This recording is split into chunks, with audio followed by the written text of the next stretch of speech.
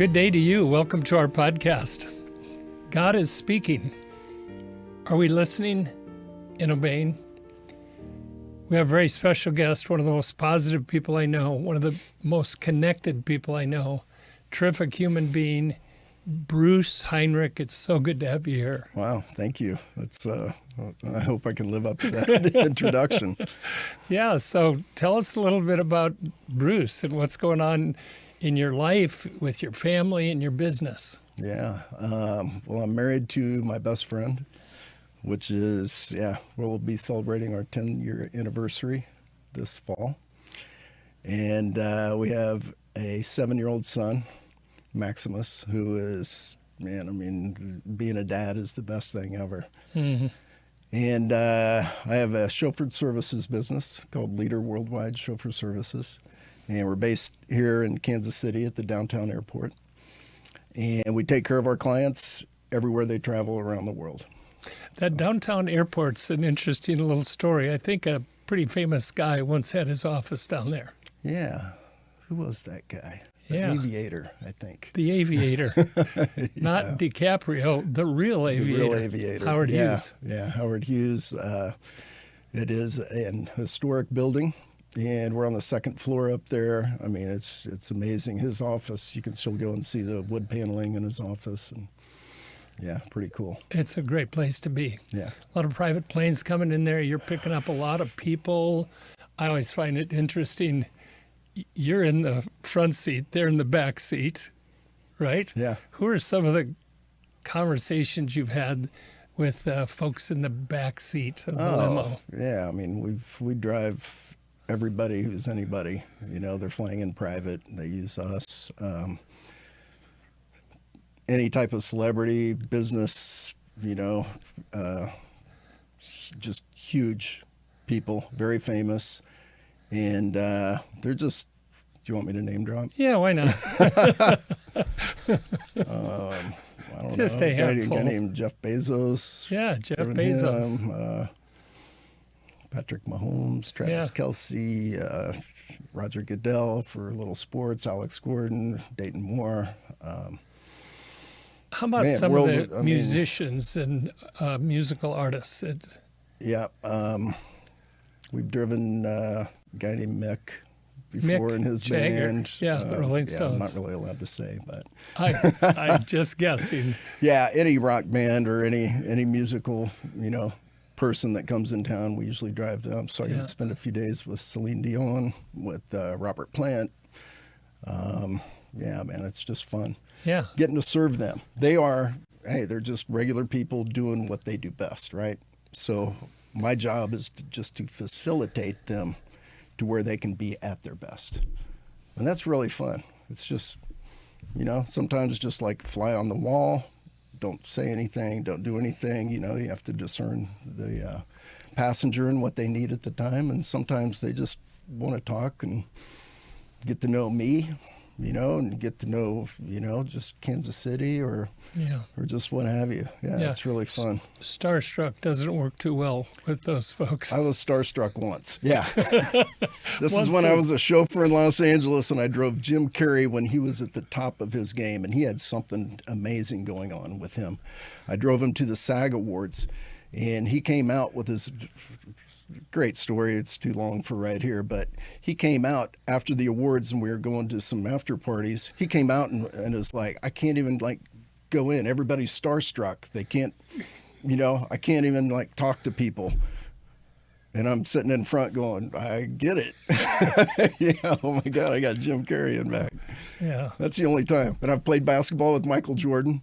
And he has an amazing aura about him, but I wasn't starstruck. I was I know he likes to give people a hard time, and so I gave it to him right away. So we hit it off right little trash talking. Right away. Exactly. Yeah. Well, that's terrific. So great wife, love your son, great business, and you're living an extraordinary life, not without its challenges and struggles, and we want to dig into some of that historical life of yours. But let's go back to the beginning. You were born where and brought up where, and what did your childhood look like? And I was born here in Kansas City, and the fifth of 5 kids, and everybody was 2 years apart, and then there's about a 6-year gap, and I came, and my mom always told me I was not a mistake because she thought I'd have a complex or something. But so growing up, 2-parent home, went to a parochial school, Lutheran school for 6th grade, and man, I was playing basketball in the driveway or reading books. That was my whole life growing up. Loved it, loved to read. And then I went for the school I went to only went to 6th grade, and then I had to go to public school for 7th grade. And oh my God, what a culture shock that was. Like first day of class, one of the kids is cussing out the teacher, dropping F-bombs, and I'm like, and the teacher was just like, oh, just sit down, Curtis, it'll be okay. Or something. I'm like, where am I? What world am I in? So that was a bit of a shock. Then I adjusted, and it was good. Had a great high school career, played basketball, a little bit of football, and then went to Penn Valley here, played basketball there for a couple years, and then decided I had to see the world. From all the books that I read, I read all the classics. I read all about the explorers, the adventurers, and I'm like, I got to see the world. I got to get out of, Kansas City. And so my first stop was decided to go to finish up my college career at Chaminade University of Honolulu, because why not? That was a great decision. Mm-hmm. Yeah. So, books. What kind of books really inspired you as a all the young man? Classics. Yeah. Steinbeck. Yeah. East of Eden was a huge one for me. Grapes of Wrath, of course, with that. James Clavell and all the Shogun series, man, that really got me into the Japanese culture and all that. And so that was a big impetus for me to go to Hawaii, because there's a big culture over there. But, a lot of the classics, just, yeah. Man. And it's like reading a great book, like it's an escape to another place. Yeah. A great writer can take you right there, and obviously that impacted you. Yeah. Who are some of the people that impacted you in those early years? Maybe coaches or teachers or family members or early jobs? Yeah. That's one thing. I don't feel like I had great role models growing up. I did have one great one, though, for sure. It was my brother David, Yes. whom you know. Yes. Or knew. He passed about 3 or 4 years ago. And, but he was, he was kind of like a pseudo father to me. He was 10 years older than me. He was my big brother. And, man, he just, first of all, he taught me to you could have a personal relationship with Jesus, which is, I'm like, wow, that's cool. And I'm just finding that out as like, I think I was 17 when I first was told that I could do that, and like, wow, okay, that was pretty cool. But otherwise, I don't know if I was just not listening, if they weren't good or if they were good role models, and I was just too stubborn and I didn't trust men, because my dad was very gruff, and just like I did not have a good relationship with him. He talked to us in cliches, So rather than me really getting to know him. And I felt like, and he had 4 kids before me, and so I'm thinking he was a blue collar guy, worked his tail off. I'm thinking by the time I got there, he's like, I quit, I give up, and I was probably a handful as well. So. Yeah, so I don't blame him for anything.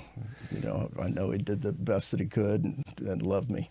So David says, so you can have a personal relationship with Jesus. You're going, my personal relationships aren't going that great. I'm not sure. Jesus sounds interesting. Yeah, that was really good. So tell me about that. Tell me about your faith story.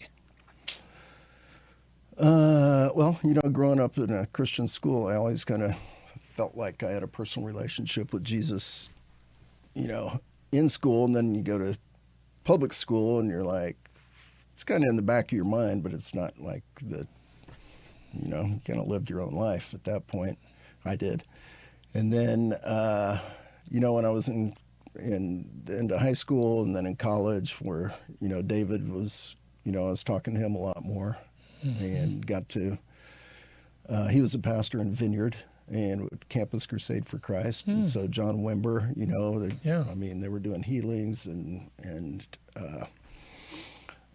casting out demons and things like that, and so I got to see a lot of that and personal experience of both those things firsthand. And so, there's no doubt that there is a spiritual realm out there. And man, it's good and evil. There's a war going on. The unseen world is probably more real than the seen world, with all that's really going on there. Yeah. And you gotta peek into that at an early age. Some real stuff happening. Yeah. Kind of like first century gospel stuff. What was going on in Jesus' time? Yeah. I can remember though. How old was I? I was probably like 23, 24. And I was living in Chicago at the time, and I had a dream. I never knew that I was saved, or never confident that I was saved. And I had a dream that I looked in the mirror, and it was just this evil, and I had pimples all over my face, and it was really demonic. And I woke up just like scared out of my mind. And then, so that was like in 88. And then in 95, when I lived in Chicago, I had a Holy Spirit experience where blew my mind. Euphoric, greatest thing that's ever happened to me in my life. And at that time I knew I was saved. So now I can live in peace, right? Now I can live in peace, power. I'm like, I don't know. I feel like I'm free. And in fact, when I got that, I ran through my house going, I'm free, I'm free. And it was just like, and then like 48 hours of that. It was pretty amazing. Give us the short version of that, maybe? Tell us what was going on there. I was at this event called the Forum. Yeah. It used to be called EST or something like that. Right. And, it's a weekend thing where they, you get there early Friday morning, and it's like they keep you all day and they lecture you. And a lot of the principles are very good with it. But at the end, they take God out of the equation. Right? Jesus, And so at the very end, very dynamic guy. He's up there, and there's like 180 of us in this room. And a whole weekend together. And basically the whole premise that we're supposed to learn and walk away with at the end of the session is nothing. The only meaning there is in life is whatever you determine it to be, right? Whatever your perception's reality. Nothing's real. It's just whatever you. And I'm like, Teacher, call on me. Excuse me. They hand me the mic. Stand up. I believe that Jesus died on the cross, and he just lit into me. And we had a back and forth, and this whole time, man, I'm trying to learn the secret. The whole thing is about the secret of life, right? The secret. So I'm on the edge of my chair all weekend. And so as he's like making fun of me, I'm basically stating his words throughout this weekend back at him, and he didn't like that. And so this went on for like 45 minutes in front of the whole group, me versus him in this debate. And at one point, I'm like, he's saying like very crude, rude, mean stuff to me. And I look around and people are laughing, and I could see faces disfiguring, but I was like in this bubble of protection. And I was just like so peaceful and calm inside there, and I could look and see all this stuff going on. Anyway, so finally I'm like, hey, I guess we're just going to agree to disagree then, and basically they just cut my mic and, and said, moving on. So afterwards, I had some ladies come up and go, hey, you just need to believe we're Christians, and you just need to believe all that. And I'm like, whatever. And then some other people came up and said, thank you so much for standing up for us. We were praying for you the whole time. And I'm like, wow, okay. So this was like my first real Holy Spirit happening. And so I walked one of the ladies to her car, whatever, and sat in the front seat with her and said, hey, let's, she asked me to pray for her or something like that. I don't know. And that's the first time where I prayed and like Holy Spirit started moving around in my head. And so it's different. And then I went home and I called David, who knows this stuff, is familiar with this, my brother. And man, I just had this incredible experience where the Lord was speaking directly to me, and yeah, it was mind-blowing. It was the greatest thing, and it lasted like 48 hours. Wow. So our premise is that in this podcast is that God is speaking, and obviously we need to have ears to hear, and that this realm, this spiritual realm, like we talked about earlier, is very real. People experience it in very different ways, but it's real. And when you have that encounter, things change. Yeah. You can't go back before that time because of this event that happened. So what happens then, David, who I know and love, 10 years older than you, like my older brother, Mike, he was my father figure in my life, and I still to this day lean into him. And of course, we miss David and him not being there for you. But how does that then go from that period in your life, Bruce, to where you are today? Kind of walk us through some of that. Yeah. So I was living in Chicago at the time. So just, backing up, after I graduated from Chaminade with a marketing degree, I was all set to go work in an ad agency in Honolulu. And I used to model a little bit, during school. And I got a guaranteed contract to go model in Tokyo for 2 months, like leaving 3 weeks after I graduated. And I'm like, yeah, of course. So went over to Tokyo and I met professional models, and all they did was travel around the world from city to city and have fun and party. And we'd like go out to eat and go see the city and go on rounds and, meet magazines and catalog companies and everything. And I'm like, that's what I want to do. Mm-hmm. So I decided I'm going to be a professional model. So went back to Honolulu, stayed there for about, 2 months, realized it's too small there. My goal was to get to Chicago. I had no money, so I moved back to Kansas City for about a year and lived at my parents' house and saved up my money, did some modeling here. I worked as a bouncer down in Westport. Over the course bouncer model, somehow those two. And it was so He's cool. the best looking bouncer I've seen all week. All the other bouncers, man, took care of me. If there was anything going down, they would jump in front and fight for me. So they knew that I had a future, I guess. I don't know.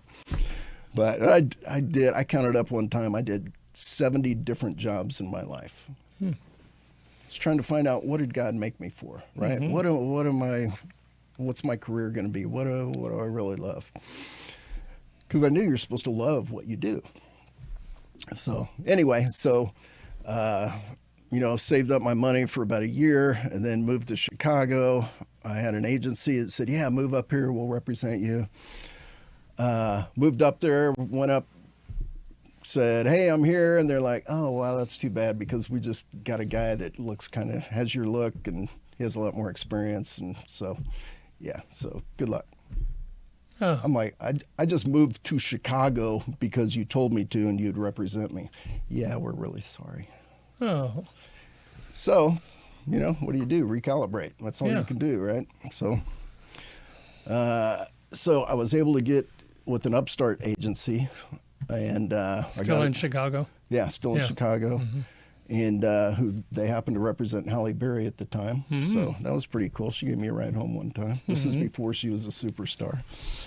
She was amazingly beautiful back then as well. And then I got a job at Houston's restaurant up there. I had to fib my way in as far as experience and everything.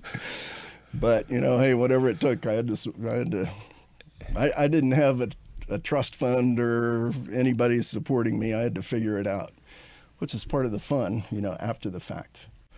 So I got my own little apartment right downtown and saved up my money. And then I was able to land a week-long catalog shoot at Lake Norman in North Carolina. And what that paid me, I was able to quit my job at Houston's and pretty much went full-time from that point. When would this have been? How old would you have been at this No, time? it was 1989, so I was, do the math, 26. Okay, mid-20s, yeah. Yeah, something like that. And then in 1990, I decided I wanted to go model in Spain. An agent came through Chicago, and I said, I want to go there. And they're like, well, we're really, and I'm like, I'm going. And she's like, okay. So just a lot of naivete on my part. You know, you get an idea and you're just like, I'm going to make it happen. So I bought a airline ticket to come back 3 months later. I had $400 in my pocket. I had no credit cards, and that's how I went to Spain. Didn't know any Spanish. Somebody taught me to say "Donde el baño" and "Una birra, por favor." That's what I knew when I got on that plane. Wow, what an adventurous spirit you had, even from that early age. Probably a lot of those books and adventures you read about, you wanted to go out and live that in your own life. Around the World in 80 Days. Yeah. That was one of the books I read. Yeah. So man, loved it over in Barcelona for 3 months. Made a little money over there, learned the business a lot more, came back, and then went over to Japan again for another trip. And then a year later, went back over to Europe and spent about a year over there and worked in Hamburg, lived in Athens for 4 months. Where else? Milan. Wow. Yeah, it was an experience. Yeah, and you just got to figure it out. You know, those were not guaranteed contracts. Only Japan was guaranteed. Yeah. So you got to. It's really cool because you have to learn the city. You have to learn the culture because you're on your own. Japan, they had somebody, you know, taking you around everywhere and making sure you're set. Europe, you're on your own. They set you up with an apartment, and then whatever you make, they take that out of your earnings. But you got to figure out the public transit. You got to figure out, you know, hey, they give you appointments to go to, and it's part of the fun. Wow. Yeah. So back in the day before GPS, you'd always see a bunch of people standing on street corners, like looking at their map and like trying to figure out which way do we go here. Wow. Yeah. Okay, so big leap from that in a lot of different jobs you had there, a lot of, you know, right? But then you end up, I think, driving a car at the Ritz-Carlton Hotel in California. Yeah, so there was, you know, Chicago's where I based out of for, 7 years. While I'd go to Europe, I'd still come back to Chicago. And then my oldest brother passed away. I was going through a divorce. My brother was going through a divorce. My parents were going through a divorce, and my life was just falling apart, or everything that I knew for stability.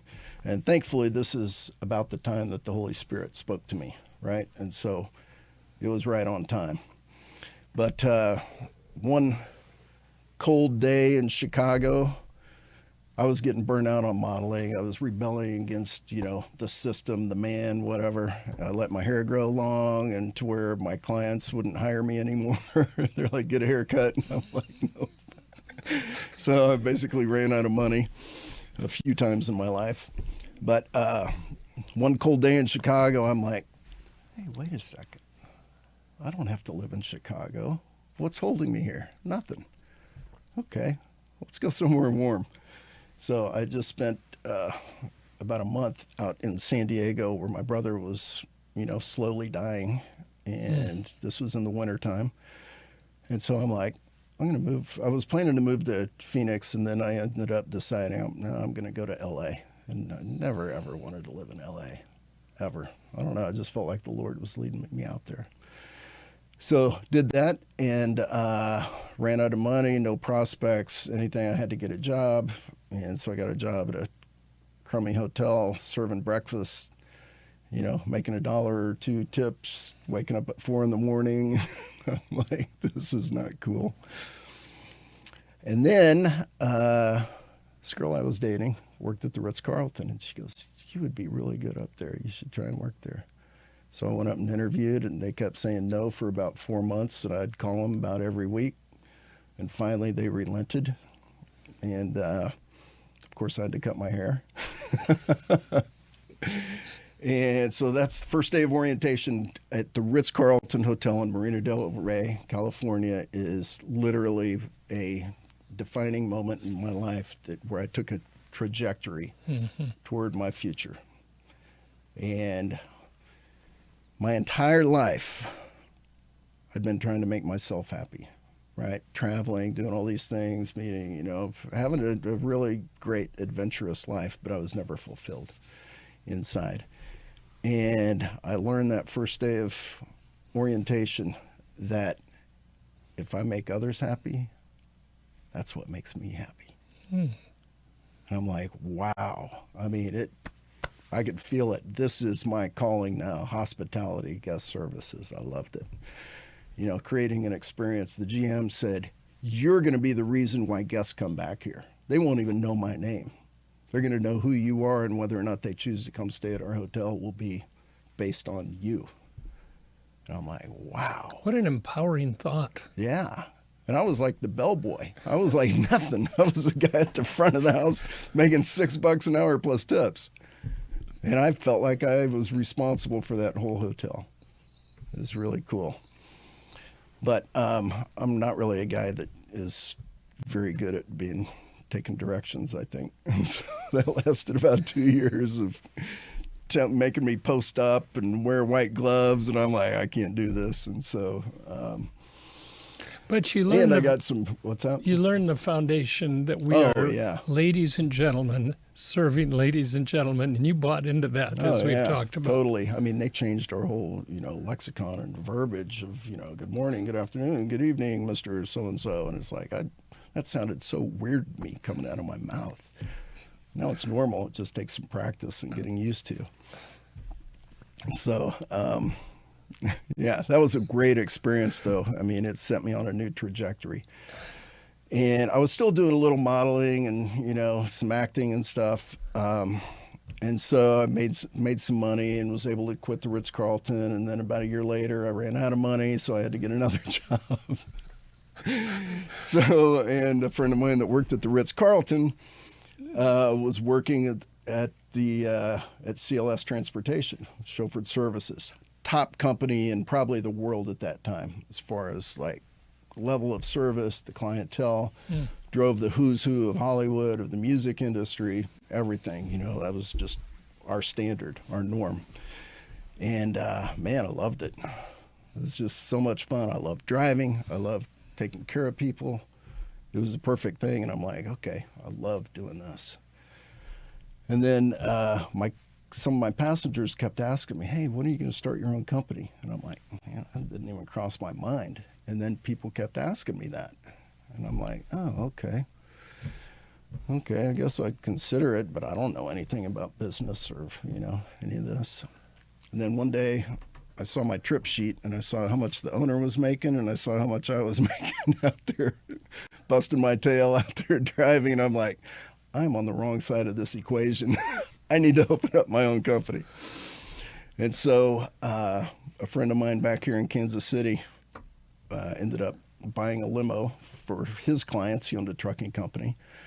So I told him which one to buy. We bought it in LA. I drove it out here for him. I trained a couple guys to be chauffeur for him.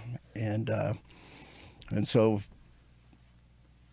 in California, man, I was praying on this, and I'm like, Lord, am I really supposed to open my, a company, whatever? And I kept getting affirmations of go back to Kansas City, start your company. And the third one, I'm like, okay. So came back here in 2000. What was that like? Was that like that still small voice, an impression? When you're getting that leading, what's that like? First of all, I would ask direct questions. Okay, God, are you really wanting, like if somebody said, hey, you should start your, I'm like, hey, Lord, am I really supposed to start my own company? Yeah. Oh, okay. Have a dialogue. And then I'm like, yeah, dialogue, really. And then I'd be like, okay, well, I guess I'll consider it. And then, nothing. And then again. And I'm like, really? Okay. And then, Lord, man, I feel like you're telling me this, but I don't know, man. I like it out here. I'm like, really? I'm supposed to go back to Kansas City? When I left Kansas City, I swore I'd never come back here. I had to go see the world and live in the world. And, I got to live in a bunch of places, and it was awesome. And he's like, hey, your parents aren't getting any younger. Go back, start your business. You can come back to LA when you want to. And I'm like, okay. So I moved back here, $31,000 credit card debt, no money in the bank, nothing. Stayed with my dad. I asked my dad, I said, hey, I'm moving back to Kansas City. Do you mind if I stay with you? And he's like, rah, and I'm like, hey, listen, I've got plenty of places I can stay. I just thought this would be a time for us to, get to know each other until I get a place to live. Okay. That was one of the best 6 weeks of my life. We had it out a few times, but we reconciled, and I told him stuff that he did that he had no idea that I was holding in my heart, and same with him. Yeah. And so that was, reconciling with your father is probably one of the most important things that, I did in my life. And I would suggest probably anybody. Yeah. Been there, done that myself. Yeah. With my dad and with my son. Yeah, exactly. Yeah. Uh-huh. Yeah, the idea Greatest of gift you can keeping give your son. the idea of keeping short accounts with people, forgiving people quickly is sort of a lesson that we learn through that, rather than letting it build up over time. Exactly. Man, I would try and tell him something that's going on in my life, or that I have something. He's like, well, it's supposed to snow here, and go to the weather, or he'd give me some cliche, well, it's not what you know, it's who you know. And can we have a conversation, please? But I think it was just like what he grew up with his dad. Yeah. He just, is doing the best he can. Now that I'm a dad, I am a lot more forgiving of him and what he was going through. Yeah. So, wow. So you're in Kansas City. You got this guy that you get a limo. You got trained a couple guys. You're starting to see some possibilities here. So, yeah. So the guy basically said, hey, you can use my limo to get started. Give me half of whatever you make. And I'm like, okay. That's how I got started. Borrow a car and a cell phone. No clue on business. So, immediately I'm like, I don't know what I'm doing here. I need some help. And I heard about Kauffman Foundation Fast Track program.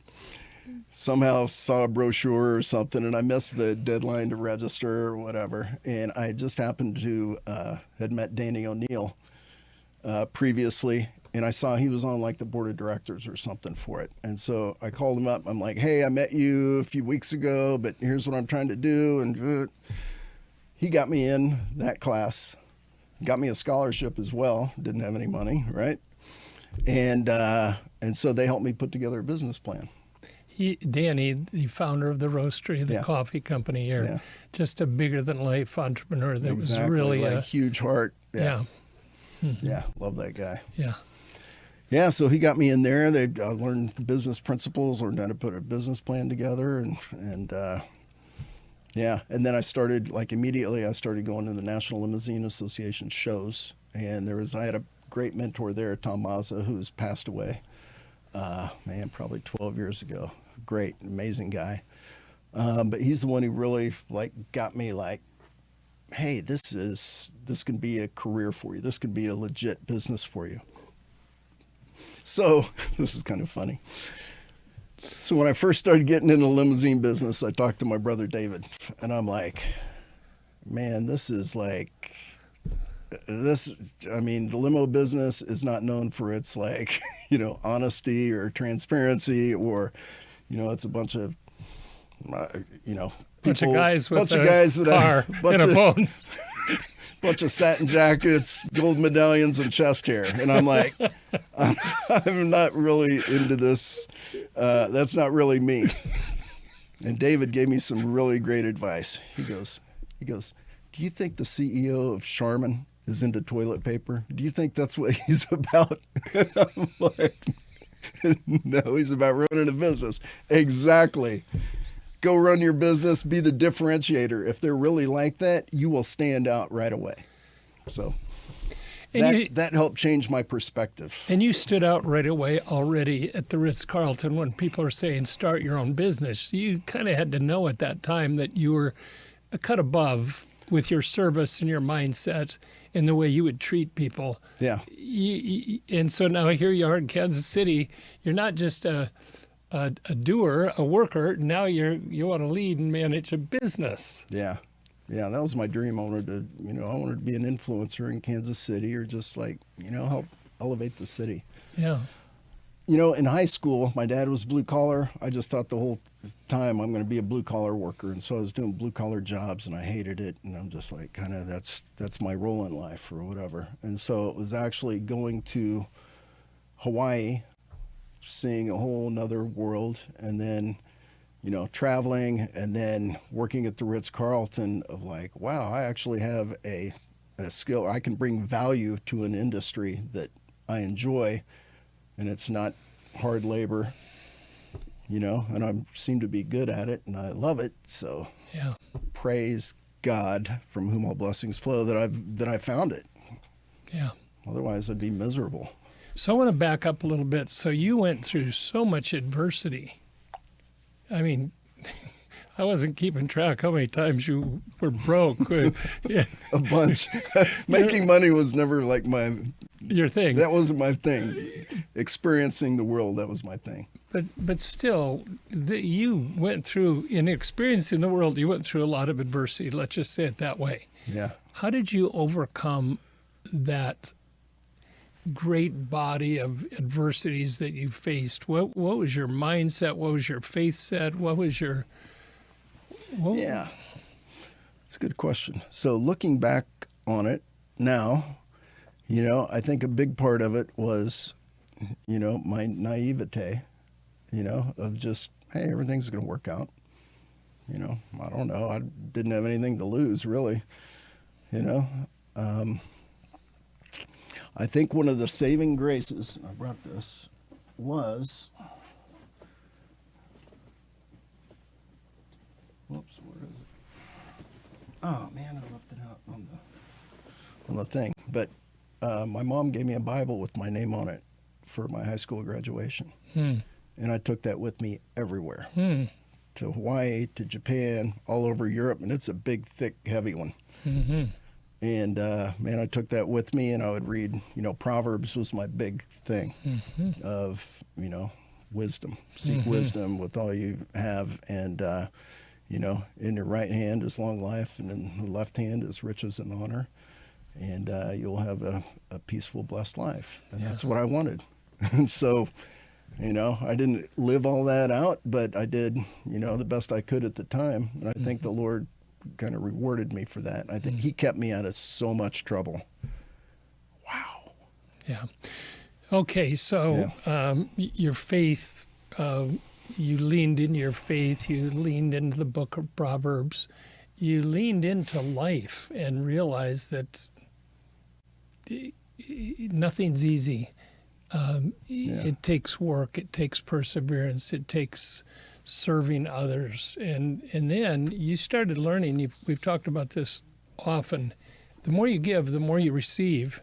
And you learn that principle early on. One of my mentors named Joe Calhoun. You got to line up the Word, the Holy Spirit. Enlightened self-interest. You taught me about that.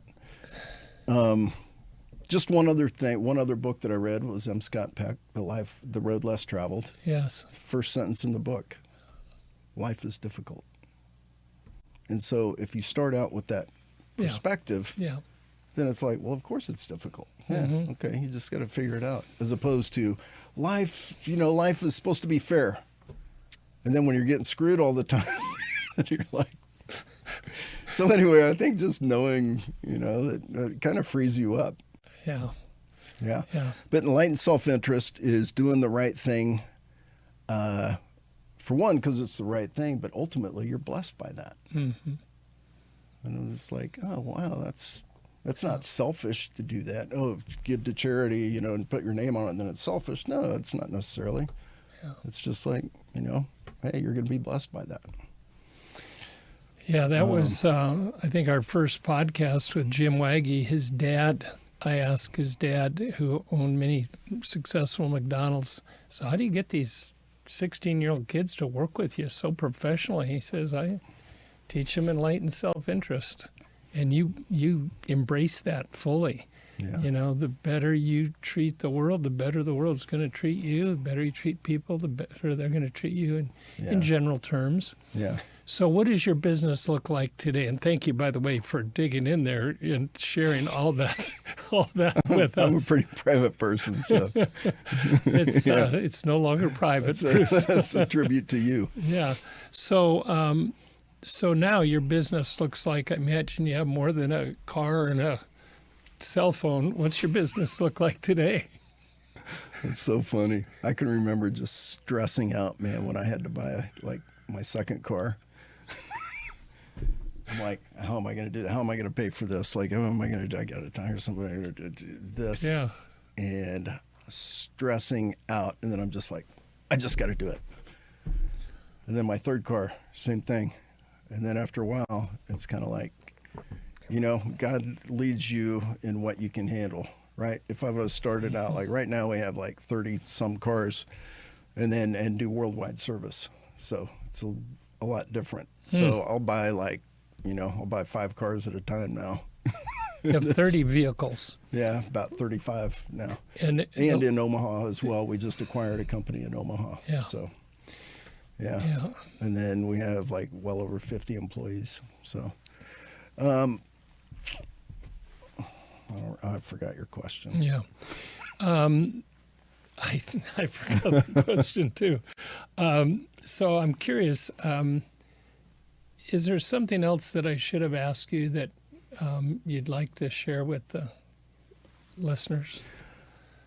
Well, what I will say is there are 2 huge impact things in my life that I've learned as I've gotten older, and I wish I would have, learned or done some of these things much earlier in my life. One is you become who you hang out with, right? And so now I'm in a Friday morning group with a bunch of great business leaders, Christian men that, really speak into my life, that have my back.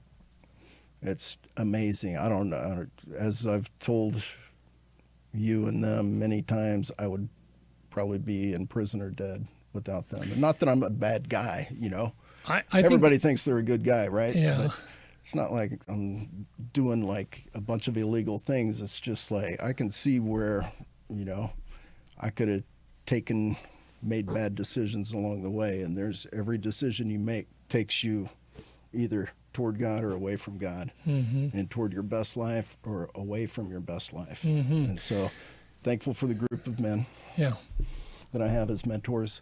And then secondly, just reading the Bible, and it's amazing the more obedient I am to do what Jesus says to do, the luckier I get. It's amazing. No, it's no coincidence. It's just if you do. I mean, he's the author of life. He created the universe. He created the laws of physics. It's like he's telling you the law of gravity. Gravity, we find out right away if we screw up, right? We fall and break something. In life, it may be years later that you find out, hey, that was a bad choice, and I got to pay for it for the rest of my life, or in some way. And so what I would say is, man, get in the Word, be obedient to it as best you can, and it's by His grace that you get. The more you get to know Him, the more easier it becomes to do that. Those 2 thoughts are both grounded in scriptural truth, I think. The first one is the proverb, a companion of the wise becomes wise. Yeah. That's Proverbs is just full of statements like that that bring life, right? And then the second one, the first verse that really captivated me, wanting to be prosperous and successful, was Joshua 1:8. read, meditate, and do the Word, and you'll enjoy prosperity and success God's way. Maybe not our way, but His way. And you embraced that biblical truth, and it changed everything. Yeah. Yeah. It's a if-then in the Bible. If you do this, then this will happen, and it's true. Yeah. Got a couple fun questions here. Okay. Favorite book? Favorite movie? Favorite vacation? I have a few favorite books. Count of Monte Cristo. Yeah. It's a really good one. That's another lesson that I've learned, though, going back, is vengeance is mine, saith the Lord. And so I don't try and extract vengeance when I get screwed over. It's like, It's in all God's right, hands. Lord, all right, man, take Yeah. care of it. Yeah. And He has done, like, I can let go. Yeah. Count of Monte Cristo, and then East of Eden was so impactful. Just like when I got to the end of it, I'm not going to give it away, but I just cried like a baby, like at the end of it. And it's just like, man, so good. Movie? One of my favorite movies is 12 Angry Men, the original one, and Yeah. it's really good. They call it one of the top 10 movies of all time. Yeah, I love that one. And then When Harry Met Sally, I just think that was a classic. That's so much fun. And what was Is the that other? Rob Reiner's mom? Yeah, exactly. You know, I heard Rob Reiner say something the other day that made me think of guys like us. Well, not the other day. Well, He passed. yeah, I know, Recently. a couple of months ago. Okay. Okay. But he said, it was just so good. He said, every one of my movies is the same. It's a guy that's very immature, and he meets a woman who's much, much more mature, and she helps grow him up. And in growing him up, he sees who she is, and it creates this wonderful, it gives me goosebumps just to think about that. When I think about my wife, your wife, you know, it's, wives are a wonderful thing. I mean, it's a tremendous blessing to have a great wife. Oh man. Key It's the to a ultimate. great life. Yeah. Great wife. So That's the biggest decision vacations. you'll make in your life. Is biggest who you marry. decision, who you marry, yeah. That'll determine pretty much everything Yeah. for the rest of your life. You guys, you and Miko take a nice vacation somewhere? We did. recently? We went to Alaska this summer, this past summer, and man, that was amazing. We took a airplane and landed on a glacier up at Denali. Got out, played in the snow. I mean, skis on the front of the plane, landing on a glacier. Tamiko, my wife, she said, if we're going to do that, you got to get all our, life insurance and our, our trust set up and the will all done before we're doing that. And I'm like, okay. So that was a good, created some urgency in that one. And then we just went to Hawaii. I hadn't been back there in 18 years. We just went there over New Year's. That'd be like the That was 49th and so 50th cool. states is what you're talking about there. Yep. Yeah, very cool. That's it. Yeah. So part of our mission is, I've now been to all 50 states. Miko, I think Alaska was her last one. And Max is now, who's 7, has been to like 31 states. Wow. So, yeah, it's part of our mission is just travel. We want to see the world, and yeah, it's greatest education. Couple more things then. How would people find you if they wanted to learn more about your business or what's going on? Yeah, leaderlimo.com is our website, leaderlimo.com. Perfect. And yeah, man, we just take care of people. We have such a great staff. The whole enlightened self-interest thing. We pay our people really well. We treat them really well. They love us. We love them. Same thing with our clients. Yeah. We love them. They love us. Yeah. It's just, life's too short to do it any other way. It used, across the industry is, with chauffeurs and management and dispatch, there's always this antagonism. I'm like, I don't want that in my company. And so, we're a team. We're family. Yeah, exactly. It's pretty fun. Would you? Oh, I'm sorry. One other thing I forgot to Please. tell you about. So from all my training that, from the Ritz-Carlton, from, working at CLS in LA, and then running my own business for all these years, I created a chauffeur training program, which is now the official training program of the National Limousine Association, and it's used worldwide. It's all online, and it's a certification course and training, and it's called paxtraining.com. And so, whenever you take a chauffeured ride, you should see that whoever you're using, that their chauffeurs are PAX certified. Exactly. PAX. PAX in Latin means peace. The whole premise is to provide peace of mind for the passenger, for the chauffeur themselves. They know what their expectations are, and then for the owner. Yeah. Yeah. So they find that at paxtraining.com. Correct, yeah. And I have a business partner with that, James Blaine, who is a stud. He is doing what God called him to do now. And how much time do we have? Do I have 1 minute to? Of course. Okay. So when I started this company, we were going to go out to the limo show and, have a booth and everything like this. And I hired this girl. I had no idea what I was doing. This is God's divine, whatever. And I hired her one day. The next day she says, "No, this isn't for me." And the show was like in a week and a half or something. And everybody in my office is like, "What are you going to do? What are you going to do?" And I'm like, "Yeah, I don't know." They're like, "You got to put out an ad or do this." And I'm just like, nah. Anyway, so on the show was that next weekend. And on Thursday night, I had a dream that this guy just walked into our office, brown hair, like 28 years old, and said, "Hey, I'm here for PAX." And I'm like, wow. I woke up at like 5 in the morning. I'm like, wow, that was weird. The next day, I get a call from an acquaintance who says, "Hey, man, I have this buddy that, is looking for a job. He was thinking maybe he could be a chauffeur for you." He goes, "He's really smart, man. He can take an engine apart. He's like, and put it back together. He's like a genius, this guy." I said, "Have him call me right away." Talked to him on the phone. I said, "How soon can you get here?"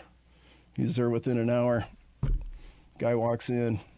He had brown hair, black hair, and he was like 29 years old or something. It was off by just a little bit, and that's my guy. And that's another way of the Lord just speaking to. He just gave me a sense of calm of like, "Hey, man, it's going to work out," Yeah, he gives you peace. He gives you dreams. He gives you that inner voice, that dialogue that you talked about. And he affirmed right away that, pretty much this is the guy. So God is speaking. He's been with me almost 10 years now, and he is making it happen, man. He's just, wow. So God's speaking. He's speaking the whole time. It's like oxygen, right? We're always breathing in oxygen. He's speaking to us the whole time. It's just a matter of we hearing. Are we setting ourselves up in the position, to listen and to hear and then to obey, is kind of part of that, and that's the whole faith thing, So I want to ask you a question, and I want you to pray for our listeners, if you would. So you were talking the other day about how it's very difficult to love people if we don't receive God's love. And we were talking about how if we don't know God's love, it's very difficult to trust Him. And you gave a visual that was really impactful for a lot of people. Yeah, so I learned this from Dave Grant, who has since passed, but he was one of the mentors of mine when I lived in L.A., and he would do an annual retreat at a monastery out there, and it's called Love is the Ultimate Power. And so his whole premise is that God is love, right? So for us to love somebody else, we can only love them as much as we are able to accept and receive God's love for us. For me, I can only love you as much as I receive from God, right? And so he talked about having a love funnel. And if your funnel is this big, right, that's how much love you're getting from God. That's how much love you can give out. If your funnel is this big, you have a lot more love to give, right? That love includes, forgiveness, mercy, grace, all those things. It's really good, Bruce. thanks so much for coming in and doing this with us. I appreciate it so much. Yeah, good. So hope I wasn't too boring. I hope you don't have to edit. It was interesting to me. Yeah, I learned a lot. It was interesting to me as well. Let's pray for these listeners. All right. Go ahead. Yeah. Lord, man, you are just so good. So good to all of us. And I know that you want all of us to be in heaven. Man, you've said that. And you give us grace and mercy, and you speak to us. And man, we just pray that, man, you give us ears to hear, eyes to see, Lord, and a heart that's open to receive you, that we hunger and thirst after you, after your truth, your righteousness, your grace, your forgiveness. And man, just bless everybody who's listening here. Bless Joe and what he's doing here.